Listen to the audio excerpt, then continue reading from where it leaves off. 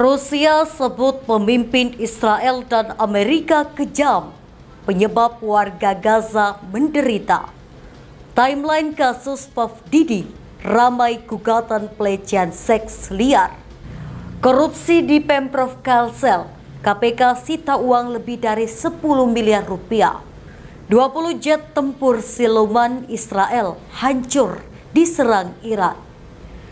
Vonis Media akan membahas sejumlah pemberitaan selama sepekan ini, di mana berita yang kami sajikan berskala lokal, nasional, dan internasional.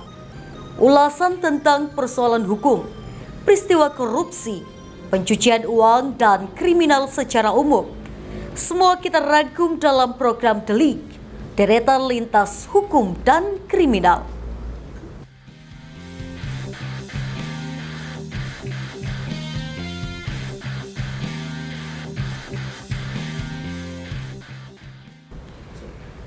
Sikap Israel dan Amerika Serikat yang tidak kenal kompromi membuat konflik di Gaza mustahil untuk diakhiri.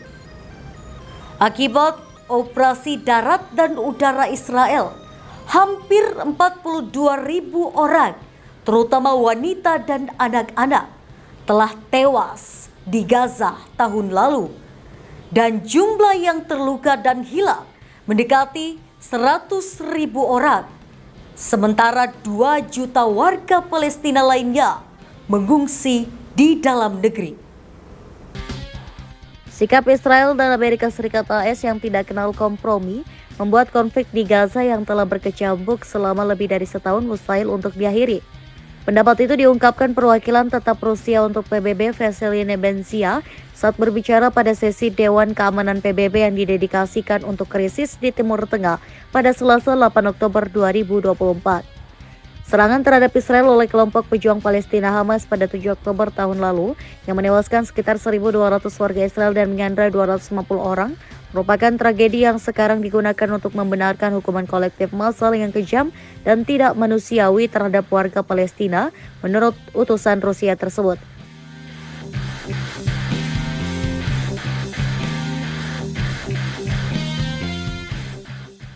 Nebenzia mencatat akibat operasi darat dan udara Israel, hampir 42.000 orang terutama wanita dan anak-anak telah tewas di Gaza tahun lalu. Dan jumlah yang terluka dan hilang mendekati 1.000 orang, sementara 2 juta warga Palestina lainnya mengungsi di dalam negeri.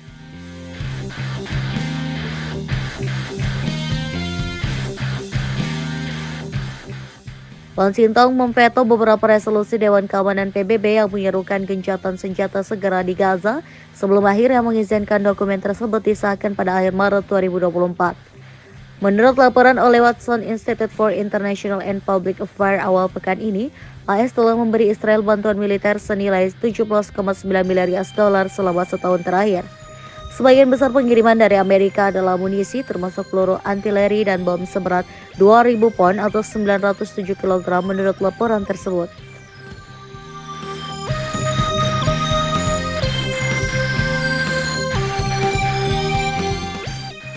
Konflik Palestina dan Israel berpotensi besar memicu terjadinya Perang Dunia Ketiga. Kenapa konflik ini bisa jadi seperti ini? Begini ceritanya. Akhir abad ke-19, gerakan Zionis mulai berusaha membentuk negara Yahudi di Palestina. Pada tahun 1947, atas izin PBB, Palestina dibagi dua, sehingga sebagian tanah untuk orang Yahudi dan sebagian lagi untuk orang Arab Palestina. Orang Palestina tentu saja menolak hal ini. Ya, siapa yang mau rumahnya dirampas orang lain ya kan?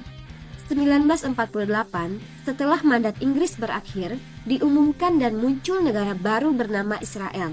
Tentu saja orang-orang Arab marah dan mulai menyerang Israel. 7 Oktober 2023 hingga saat ini, dunia kembali gempar dengan perang yang belum usai karena banyaknya korban berjatuhan di kedua belah pihak. Di Palestina sendiri, warga sipil, orang tua, wanita, dan bahkan anak-anak yang tidak berdosa ikut menjadi korbannya. Hal inilah yang kemudian membuat banyak orang di seluruh dunia mengecam apa yang dilakukan oleh Israel.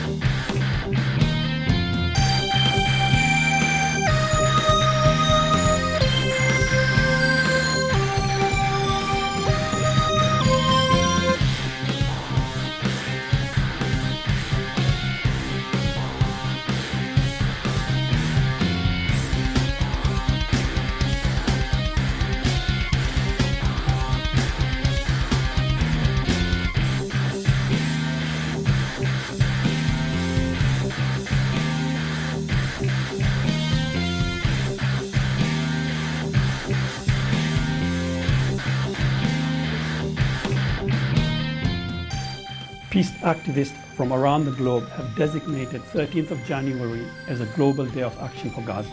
This call comes at the back of 12 weeks of Israeli attacks on Gaza. The Israeli attacks are generating destruction comparable in scale to the most devastating wars of the last century. Israel has dropped over 30,000 bombs, killing 300 people daily in Gaza.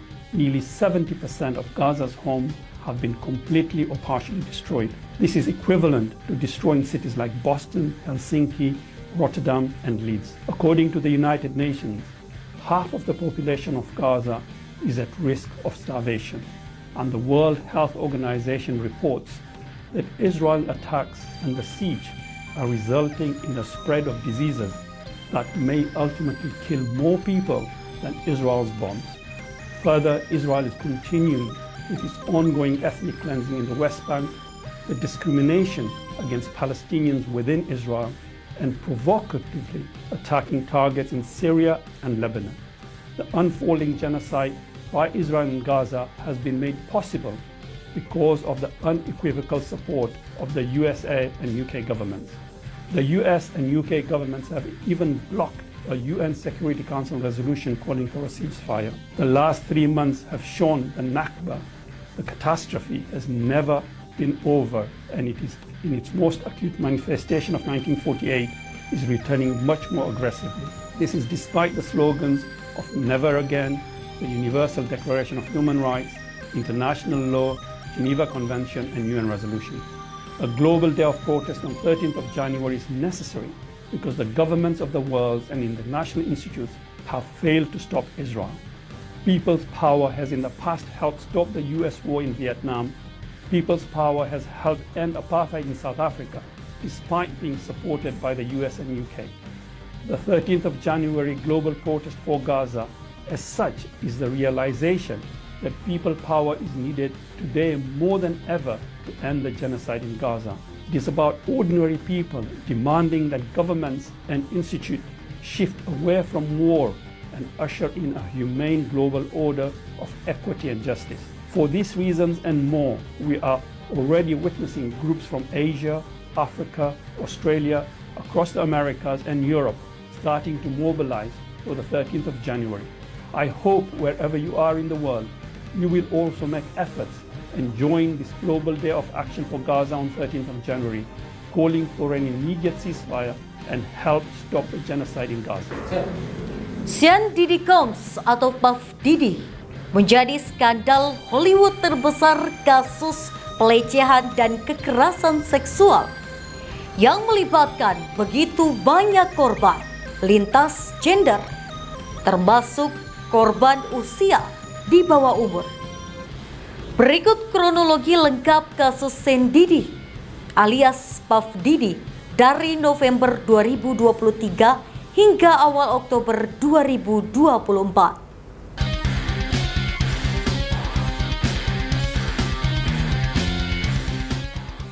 Sean Diddy Combs menjadi skandal Hollywood terbesar dalam setahun terakhir dengan berbagai gugatan pelecehan dan kekerasan seksual yang melibatkan begitu banyak korban lintas gender termasuk korban usia di bawah umur. Kasus ini mulai terkuak sebenarnya sudah sejak 2023 dengan pengakuan mantan pacar Combs. Namun sejak saat itu berbagai korban bermunculan dengan klaim kejadian terjadi hingga puluhan tahun silam. Berikut kronologi lengkap kasus Sean Combs alias P. Diddy dari November 2023 hingga awal Oktober 2024. 16 November 2023, gugatan Casey. Mantan pacar Combs, Casey Ventura, menggugat rapper tersebut ke pengadilan Manhattan atas tuduhan tindakan abusif dan kekerasan seksual selama mereka bersama antara 2007 hingga 2018.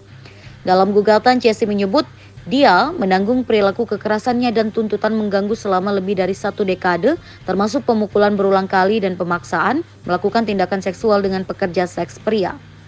Setelah putus 2018, Casey menyebut Combs memaksa masuk ke rumahnya dan memperkosanya, sementara Casey berulang kali mengatakan tidak dan mencoba mendorongnya.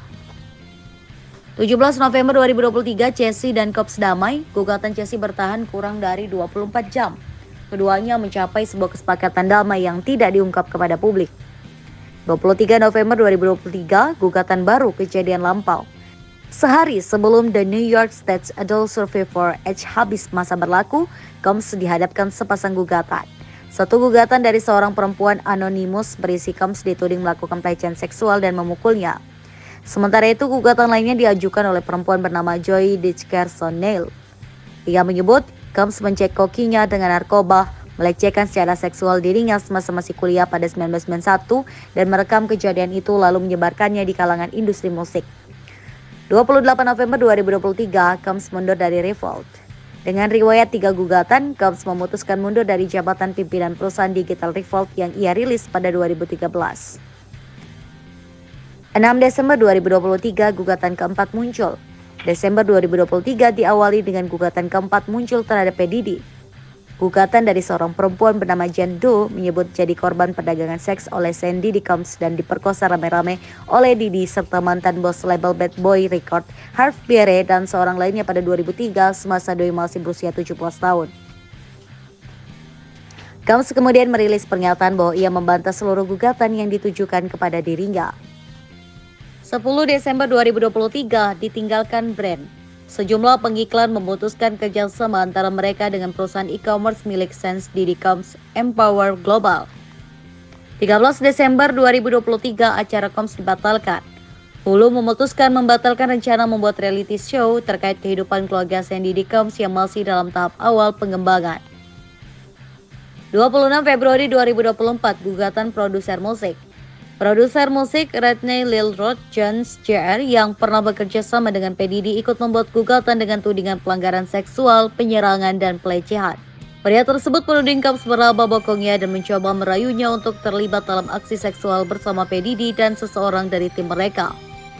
Lilroth juga mengklaim Diddy memaksanya untuk mencari pekerja seks dengan beberapa di antaranya diduga di bawah umur dan menyuruh mereka melakukan tindakan seks untuk menyenangkan tuan Combs.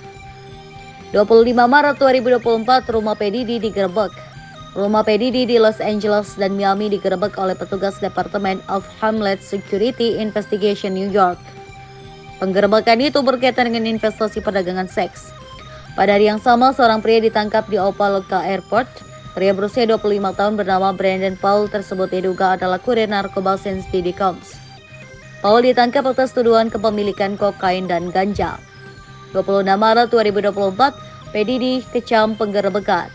Pengacara Sense Diddy Combs Aaron Dierr mengecam penggerebekan rumah kliennya yang dianggap setara kekuatan militer dan seperti perburuan sihir. Selain itu, pada hari yang sama, Sandy Diddy Combs menjual sisa seluruh sahamnya di Revolt ke seorang pembeli misterius. Pada hari yang sama pula, Newsweek merilis sejumlah selebritas yang disebut dalam gugatan P. Diddy. Namun para artis tersebut tidak ikut digugat atas tudingan untuk Diddy.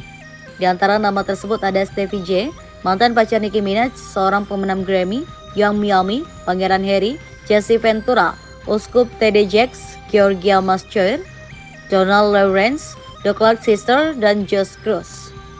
10 Mei 2024, Combs meminta gugatan pemerkosaan dihapus. Sandy Diddy Combs meminta juri federal untuk membatalkan gugatan John Doe pada Desember 2023 dengan dalih keterlibatan dia dan 2 orang lainnya memerkosa gadis 17 tahun pada 2003 adalah salah dan mengerikan. Combs juga berdalih bahwa gugatan tersebut terlambat karena diajukan terlalu jauh dari dugaan kejadian yang diklaim. 17 Mei 2024, video kekerasan P. Diddy beredar. Video dari 2016 yang menunjukkan aksi kekerasan Sandy Diddy Combs kepada Jesse Ventura saat mereka menginap di hotel. Video itu jadi titik balik yang memperkuat kebenaran dugaan yang selama ini dituju ke Combs termasuk atas gugatan Jesse yang sudah ditutup. Meski begitu, Kejaksaan LA County menyebut video itu tidak akan bisa langsung membuat Combs dituntut meski konten video tersebut sangatlah mengganggu kenyamanan. 19 Mei 2024, Combs minta maaf soal video. Sandy Diddy Combs merilis permintaan maaf dalam sebuah video terkait insiden kekerasan yang terjadi di hotel pada 2016 silam. 21 Mei 2024, gugatan dari mantan model. Crystal McKinney menuding Combs melakukan pelecehan seksual berupa pemaksaan oral seks untuk rapper tersebut di kamar mandi sebuah studio di New York City pada 2003. Dalam gugatan tersebut, McKinney mengklaim diberi alkohol dan ganja sebelum dipaksa untuk memberikan oral seks. Mantan model itu juga menggugat label milik Combs, Lini Busana Combs dan Universe Music Group karena memungkinkan terjadinya penyerangan itu lantaran menempatkan Combs dalam jabatan kekuasaan. 16 September 2024, P. Diddy ditangkap. Sandy Combs ditangkap di Manhattan setelah didakwa oleh Dewan Juri Agung. Salah satu pengacara Diddy, Mark Agnifilo, pun menyatakan kecewa dengan keputusan tersebut. 17 September 2024, pengungkapan dakwaan. Dakwaan terhadap Sandy Combs terungkap sehari setelah penangkapan. Dakwaan itu berisi P. Diddy dituduh menjalankan konspirasi pemerasan yang meliputi perdagangan seks, kerja paksa, penyuapan, dan masih banyak lagi. Pada hari yang sama, seorang hakim federal menolak jaminan untuk melepaskan Combs. Combs pun terpaksa tetap berada di tahanan hingga persidangan digelar. 18 September 2021, 1.000 botol pelumas dan baby oil. Pihak kepolisian mengakui menemukan 1.000 botol pelumas dan 3 senapan jenis air 15 di rumah Sandy Combs di Miami dan Los Angeles saat digerebek beberapa waktu lalu, termasuk narkotika. Freak Off alias FO merupakan julukan untuk acara pesta seks yang digelar oleh Sandy Combs. Combs menjelaskan acara tersebut sebagai pertunjukan seksual yang berkepanjangan dan bisa berlangsung berhari-hari. Pada hari yang sama, pengajuan jaminan bebas Combs ditolak lagi oleh pengadilan. Hakim menolak pembebasan dengan jaminan karena menilai rapper P. Diddy itu berbahaya dan beresiko melarikan diri. Combs didakwa atas 3 tuduhan, termasuk konspirasi pemerasan, perdagangan seks dengan kekerasan, penipuan atau pemaksaan, serta transportasi untuk terlibat prostitusi. Apabila terbukti bersalah, Combs menghadapi hukuman minimal wajib 15 tahun dan dapat menghadapi hukuman penjara seumur hidup. 20 September 2024, dalam pengawasan bunuh diri. Sandy Combs dalam pengawasan pencegahan bunuh diri. Ia berada dalam pengawasan setelah ditangkap polisi dan menunggu persidangan di Pusat Penahanan Metropolitan atau Metropolitan Detention Center atau MDC Brooklyn. Sumber seperti diberitakan People menyatakan tidak diketahui apakah Combs memiliki kecenderungan bunuh diri atau sudah berapa lama ia menjalani pengawasan bunuh diri. Sumber memberitahu People bahwa pengawasan itu dilakukan untuk tindakan pencegahan karena Combs dalam keadaan syok dan kondisi mentalnya tidak jelas. 25 September 2024, gugatan jual video porno dan daftar artis terkait. Gugatan baru untuk P. Diddy bertambah. Kali ini datang dari seorang korban bernama Talia Graves. Diddy digugat atas dugaan kekerasan seksual hingga distribusi video pornografi. P. Diddy digugat bersama rekannya bernama Joseph Sherman. Dalam gugatan itu, Diddy dan Sherman dituduh memerkosa korban di sebuah studio rekaman di kota New York pada 2001. Graves mengaku saat itu dibius, diperkosa hingga direkam tanpa persetujuan oleh Sandy dan Sherman. Pada November 2023, korban lantas mengetahui adanya rekaman video kejadian tersebut yang membuktikan Diddy dan Sherman telah menjual video rekaman pemerkosaan itu. Pada hari yang sama, sederet artis papan diduga mengetahui perilaku Sandy Combs di Hollywood. Mereka kebanyakan adalah yang pernah dekat, menjalin relasi atau datang ke pesta Diddy. Sebagian dinilai tetap diam, tapi ada juga yang dianggap pernah memberikan peringatan ke publik soal Diddy. Di antara nama-nama tersebut adalah Leonardo DiCaprio, Jay-Z, Beyoncé, Ashton Kutcher, Paris Hilton, Howard Stern, Russell Brand, Mariah Carey, Jennifer Lopez, Russell Simmons, Usher, Megan Fox, Justin Bieber, Kanye West, dan Usher. 26 September 2024, kesaksian gigolo. Seorang pekerja seks komersial laki-laki atau gigolo memberikan kesaksian kepada polisi federal bahwa dirinya pernah direkrut untuk salah satu acara pesta liar Sandy Combs atau P. Diddy. Pria tersebut disebut memberikan sebuah kopian dari rekaman pesta liar P. Diddy yang dijuluki Freak Off pada Mei 2023. Gigolo tersebut menjelaskan kepada penyidik soal perjalanannya dari Atlanta ke Miami untuk acara cabul tersebut dan dirinya mencari pendamping lain untuk terlibat dalam acara itu. Sumber dalam polisi mengatakan gigolo tersebut menyebut acara Freak Off melibatkan Diddy, seorang gigolo, dan seorang PSK perempuan. Gigolo tersebut mengklaim dia dan PSK perempuan itu berhubungan intim, sementara Diddy mengatur sesi tersebut dari balik kamera video. Kesaksian gigolo tersebut sesuai dengan tuduhan yang tercantum dalam dakwaan yang menyebut Diddy memaksa korbannya memeragakan aktivitas seksual, sementara dia menonton, merekam, dan masturbasi. 30 September 2024 dikeluarkan dari pengawasan bunuh diri. Sandy Combs disebut tak lagi dalam pengawasan bunuh diri kepolisian setelah lebih dari 1 pekan sejak P. Diddy dinyatakan dalam pengawasan bunuh diri di tahanan pada Kamis 19 September. Selain keluar dari daftar pengawasan, P. Diddy juga telah bertemu dengan keluarganya dalam tahanan. Hal tersebut dilakukan sebelum ia menjalani persidangan pada awal Oktober 2024. 1 Oktober 2024, 120 tuntutan baru, 3.000 aduan, ada korban berusia 9 tahun. Sandy Combs akan menghadapi 120 tuntutan hukum baru terkait pelecehan seksual yang diajukan di New York, Los Angeles, dan Miami. Hal itu diajukan sekelompok pengacara usai mendapatkan banyak laporan dari terduga korban dan tengah menunggu pengajuan resmi. Kelompok pengacara mengklaim telah menerima lebih dari 3.000 laporan setelah mengeluarkan seruan kepada mereka yang selama ini jadi korban P. Diddy. Setelah pengecekan, pengacara memastikan 120 kasus kredibel untuk ditindaklanjuti. Gugatan hukum tersebut akan menyebutkan sejumlah terdakwa bersama, termasuk rekan, anggota keluarga, label rekaman, dan tempat acara. Para korban mengklaim bahwa mereka semua diancam untuk tetap diam, seperti banyak penuduh yang mengajukan gugatan hukum terhadap Combs selama setahun terakhir. Di antara aduan tersebut, ada yang datang dari korban yang mengaku menjadi korban Diddy semasa dirinya masih berusia 9 tahun. Ini menjadi korban termuda dari Sandy Combs. Busby yang juga menyebut Sandy Combs alias P. Diddy disebut mencekoki korbannya dengan narkoba jenis obat bius kuda sebelum kemudian melakukan pelecehan seksual saat mereka tidak sadarkan diri. Pengacara Sandy Combs, Erica Wolf, mengatakan kliennya tidak dapat menanggapi setiap tuduhan yang tidak berdasar. Mereka juga membantah semua tuduhan pelecehan yang ditujukan ke P. Diddy. 3 Oktober 2024, sidang Sandy Combs 9 Oktober. Berdasarkan pemberitahuan berkas pengadilan, sidang kasus Sandy Combs diketahui akan digelar pada 9 Oktober. Kasus ini akan mulai ditangani Hakim Arun Subramanian. Subramanian menghabiskan sebagian besar karirnya sebagai litigator perdata untuk sengketa yang rumit di firma hukum Sussman Godfrey. Ia juga menjadi juru tulis hukum Hakim Agung Ruth Bader Ginsburg sebelum kapung firma hukum tersebut.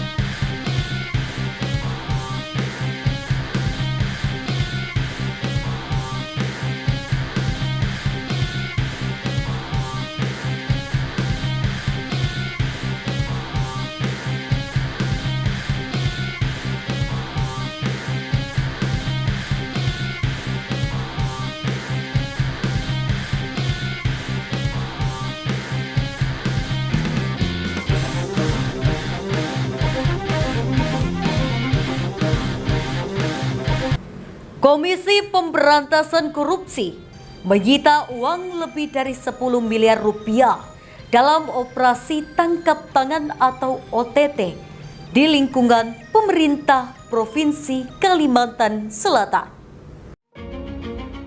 Komisi Pemberantasan Korupsi menyita uang lebih dari 10 miliar rupiah dalam operasi tangkap tangan atau OTT di lingkungan pemerintah Provinsi Kalimantan Selatan.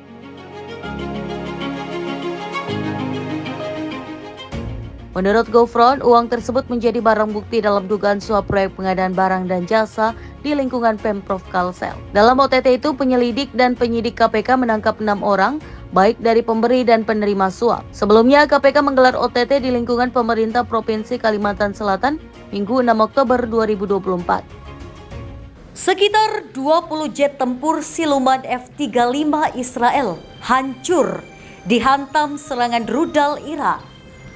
Operasi tersebut dikenal sebagai True Promise 2, di mana Iran menembak 200 rudal dengan 90%-nya diklaim berhasil mengenai target yang dituju. 20 jet tempur siluman Israel hancur diserang Iran. Operasi tersebut dikenal sebagai True Promise 2, di mana Iran menembak 200 rudal dengan 90%-nya diklaim berhasil mengenai target yang dituju.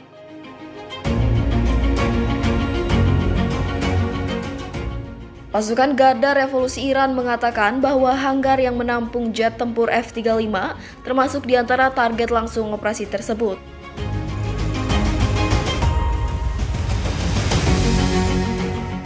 Itu tadi informasi penting dan menarik selama sepekan dalam program Delik, deretan lintas hukum dan kriminal.